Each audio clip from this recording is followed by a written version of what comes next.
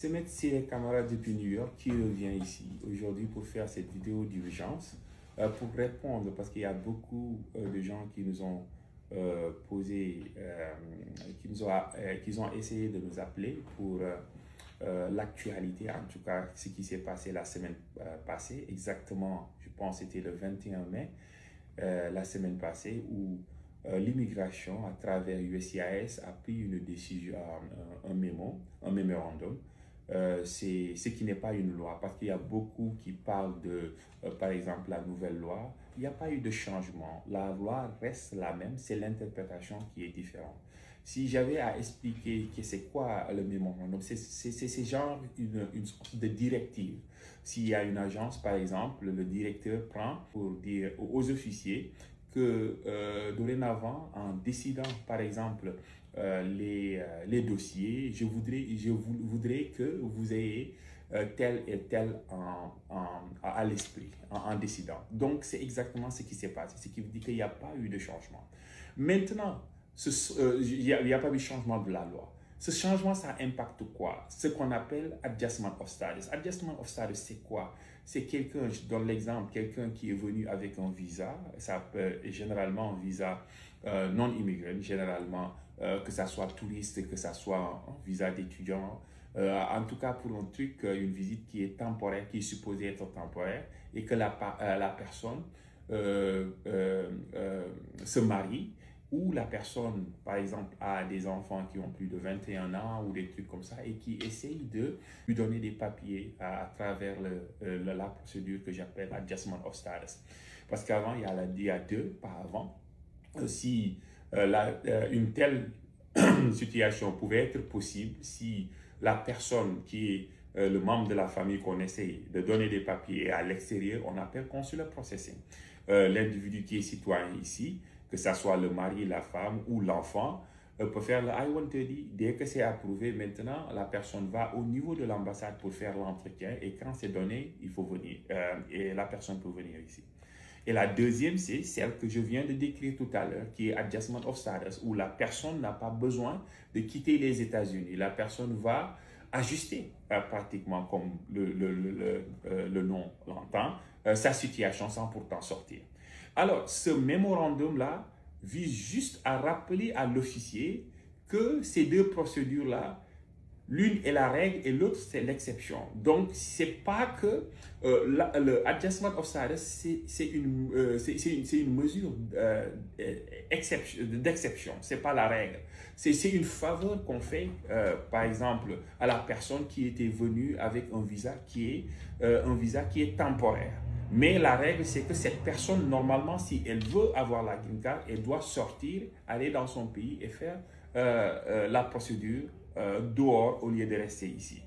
Alors, si la personne décide de rester ici, il faudrait que l'officier, d'après le mémorandum, considère ça comme un facteur qui est négatif sur le dossier. Ça ne veut pas dire que c'est un facteur qui est bloquant ou que la personne n'a pas la possibilité. Parce qu'il y a beaucoup qui sont dans la confusion de dire que c'est plus possible que la personne puisse rester et avoir sa green card ici. Non, on a dit que dorénavant, en tout cas le mémo, dorénavant, la personne qui reste ici et va avoir sa green card peut le faire exceptionnellement avec des conditions, en démontrant qu'il y a des circonstances exceptionnelles.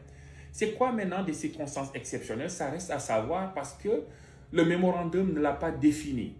Tout ce que le mémo ne l'a pas défini. Alors, tout ce que le mémo a dit, c'est que ça doit être pris. Et tout cela, c'est des directives qu'on donne à l'officier, tout en précisant qu'ils n'essayent pas de se suppléer à la place de l'officier qui décide le case, mais c'est juste des directives. Et en disant, par exemple, que donc, il faudrait que la personne, en tout cas, prenne ça en compte. Maintenant, au cas par cas, ça dépend des circonstances et ça, il y a des facteurs, par exemple, je l'ai dit, qui sont des facteurs positifs et il y a d'autres facteurs qui sont des facteurs négatifs. Le facteur négatif, il a dit qu'il faudrait que l'officier maintenant commence à considérer le fait que la personne est restée ici et ne veut pas aller dehors comme un facteur qui est négatif, mais un facteur qui n'est pas, par exemple, qui va pas éliminer la personne complètement de la demande, de la procédure de demande de green card. Right? Il va considérer tous les facteurs pour pouvoir donner sa décision. Et parmi les autres facteurs, par exemple, qui sont négatifs, il y a si l'individu a, par exemple, s'il y avait une fraude, et c'est ce qui veut dire qu'ils prennent en compte depuis la demande de visa pour entrer ici. Est-ce qu'il n'y a pas, par exemple, une manipulation de la part, il y a pas une fraude. Et si même quand la personne est entrée, quel a été son comportement, right? Pour essayer de voir son caractère, sa personnalité, donc tout cela, ce qui n'est pas tout nouveau, right? Mais actuellement, ils veulent que tout cela soit mis sur la table pour pouvoir décider. Il y a des facteurs, par exemple, positifs. Et je pense, parce que même si ce n'est pas clair, c'est quoi circonstance exceptionnelle, et qu'ils disent que c'est au cas ou pas par cas, une personne, par exemple, qui a, et c'est un facteur qui est positif, des liens, par exemple, de famille qui sont solides ici. Liens de famille, je donne un exemple, un couple qui est sur le point d'avoir des enfants, ou, comment dirais-je, un couple, par exemple, qui a des enfants. Ces facteurs-là, parce que l'immigration a toujours considéré, en tout cas, la possibilité ou a toujours refusé de séparer les familles. Donc ça peut être, comment dire, un facteur qui joue en faveur de la personne et qui doit être pris en compte dans cette analyse pour pouvoir prendre la décision. Alors, pourquoi ils ont pourquoi ce mémo? Le but, c'est quoi? C'est tout simplement, ils veulent réduire le taux des gens de overstay, des gens qui restent en tout cas au-delà du terme qui leur a été fixé. Right? Parce que pour eux, la compréhension, c'est qu'il y a des gens, par exemple, qui l'utilisent comme un tremplin. Tu viens avec un visa, maintenant tu cherches à te marier. Dès que tu te maries, et tu as la green card. Ils veulent essayer de fermer la porte. Maintenant, la question, il y a beaucoup de questions qu'on va essayer pratiquement de répondre pour vous donner une idée. Il y a des gens qui posent la question de savoir, mais avec ce mémo, et je le précise, ce mémo, ce n'est pas un changement de loi, ce n'est pas quelque chose, ce n'est pas une loi aussi, c'est juste une directive, comment dirais-je, qui est donnée aux officiers pour leur dire de prendre en compte certains critères. Comment ça va être appliqué, on ne sait pas parce qu'ils disent qu'il y aura d'autres, par exemple, directives qui vont suivre et qui vont nous clarifier là-dessus.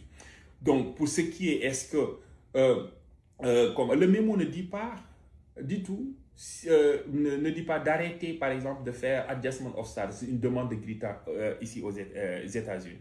Et ça n'impose pas aussi, ça ne force pas la personne, right? Ça dit qu'il faut impérativement que la personne sorte. Ils disent tout simplement que la personne doit sortir. C'est ça, par exemple, qui est maintenant la règle.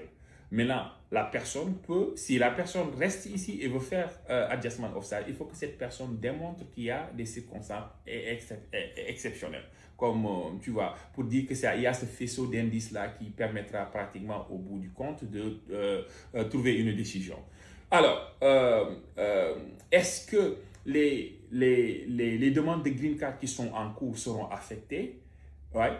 Ce mémo, c'est un mémo, par exemple, qui est entré automatiquement parce que en tout cas, les demandes qui sont en cours actuellement, l'officier ça peut affecter, en tout cas, sa façon, par exemple, de décider. Donc, c'est une application qui est immédiate. Il y a des gens qui posent la question de savoir est-ce que ça va impacter le work permit et le travel document. Ça, c'est séparé. En tout cas, le mémo ne le dit pas, tout simplement. Tout ce qu'on sait, c'est que si la personne, et que ça prend, la personne avait fait une demande d'autorisation de travail ou de voyager, right? Et que c'est approuvé. Tant que la demande est en cours, ça ne pose pas de problème. C'est juste que si la demande a été refusée maintenant, le work permit et le travel document peuvent être, comment dirais-je, interrompus. Même si ça a été approuvé, ça peut être révoqué. Alors, l'autre question qu'on pose, est-ce que cette loi-là va vraiment s'installer pour de bon, right? Est-ce que cette loi ne sera pas attaquée juridiquement?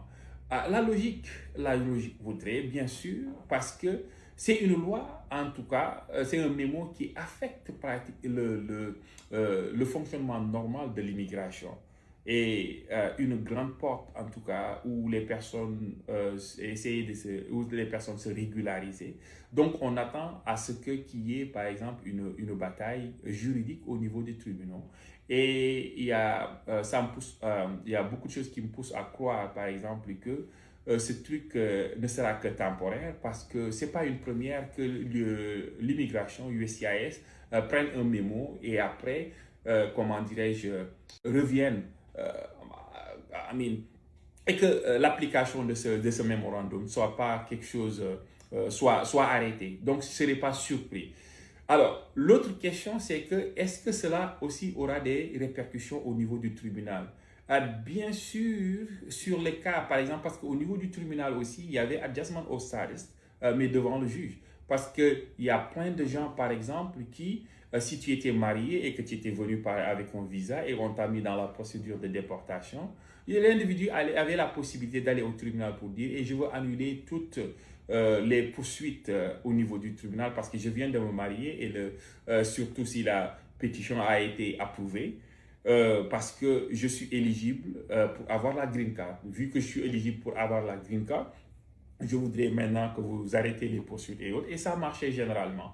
Alors, avec ce changement, si ça entre en jeu, ils peuvent dire tout simplement que, OK, en fait, on ne va pas terminer parce qu'il n'y a pas de garantie, puisque le gouvernement même, la nouvelle loi, c'est qu'il faut aller dans ton pays pour essayer d'avoir. Donc, tout cela, ça reste avec le temps qu'on saura. Et si on a plus de détails, on va en venir. Il y a certains aussi qui posent la question, est-ce que ceux qui ajustent leur statut basé sur l'asile, par exemple, ceux à qui on a donné l'asile et qui veulent un an après faire une application pour avoir la green card, est-ce que ça va les affecter? Non, en tout cas la façon dont le mémo, parce que pour voir juste même le but, comment dirais-je, visé par cette loi qui est d'attaquer et de réduire un peu le overstay et des trucs comme ça. Quelqu'un qui est venu, qui ne peut pas retourner dans son pays parce que sa vie est en danger et différent et dans une situation qui est différente, c'est pas la même chose. Ça vise surtout les gens qui sont venus temporairement pour visiter les États-Unis ou pour venir étudier ou des trucs comme ça et qui essayent d'ajuster leur statut. Mais le mémo reste flou, reste vague. Ils ont dit qu'il y aura d'autres, comment dirais-je, mémos pourraient. Donc, si on a plus de détails, on fera d'autres vidéos pour essayer de clarifier. Tout ce qu'il y a à retenir, c'est que la loi n'a pas changé. C'est juste un mémo qui est destiné à clarifier, à orienter, c'est le mot même, orienter les officiers dans leur façon de décider les cas en prenant en considération le fait que la personne refuse d'aller faire son truc et essayer de faire son adjustment of status ici. Ce ne sera pas un facteur bloquant automatiquement, ce sera un facteur négatif. S'il y a d'autres facteurs qui sont positifs, ça peut, comment dirais-je, éviter, ça peut faciliter par exemple la décision de la green card. Donc, stay safe and know your right.